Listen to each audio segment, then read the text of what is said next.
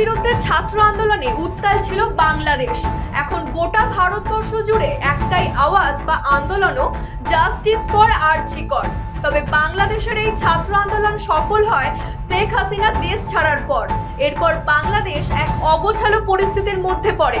তখন রাস্তায় পুলিশ ছিল না, গাড়ি ঘোড়া নিয়ন্ত্রণ করছিল ছাত্রছাত্রীরা। বহু পুলিশ কর্মী থানায় আসতেই ভয় পাচ্ছিলেন। এবার অন্য এক বিতর্ক। হঠাৎ ভারত যাওয়ার হিড়িক বাংলাদেশ পুলিশ কর্মীদের। ডজন ডজন পুলিশ কর্মী বিভিন্ন কারণ দেখিয়ে ভারত যাওয়ার জন্য আবেদন করছেন। তৈরি হচ্ছে আবেদনপত্রের স্তূপ। ভারতে যাওয়ার জন্য আবেদন করছেন পুলিশের উপরতলা থেকে নিচু তলার পুলিশ কর্মীরা। আবেদনকারীদের মধ্যে সার্জেন্ট, এসআই, এএসআই ও কনস্টেবলও রয়েছেন। তাদের সবাই যাচ্ছেন নিজের বা পরিবারের সদস্যদের চিকিৎসা করাতে। এজন্য তাদের 2 মাস থেকে শুরু করে সর্বনিম্ন 10 দিনের ছুটি দেওয়া হয়েছে।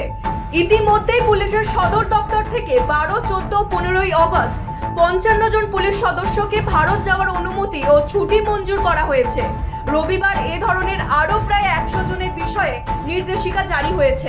এছাড়াও মানুষের মনে কৌতূহল জন্মাচ্ছে, বাংলাদেশে সমস্যা হয়েছে, কিন্তু এভাবে একসঙ্গে এত পুলিশ কর্মীর ছুটি নেওয়া বা ভারতে যাওয়ার ঘটনা আগে চোখে পড়েনি। হঠাৎ করে চিকিৎসার জন্য এত পুলিশ কর্মীর ভারতে যাওয়াকে স্বাভাবিক নয় বলে মনে করছেন অনেকেই। এ ব্যাপারে জানতে চাইলে পুলিশের মহাপরিদর্শক মইনুল ইসলাম জানান, চিকিৎসার জন্য ভারতে যেতে যারা আবেদন করেছেন তা যথাযথ প্রক্রিয়া মেনেই হয়েছে। তারপরও বিষয়টি তারা রিচেক করবেন। যদি কারো বিরুদ্ধে সুনির্দিষ্ট অভিযোগ থাকে তাহলে তারা আবারও এই বিষয়টি খতিয়ে দেখবেন বলে জানান। ব্যুরো রিপোর্ট, আরবি নিউজ।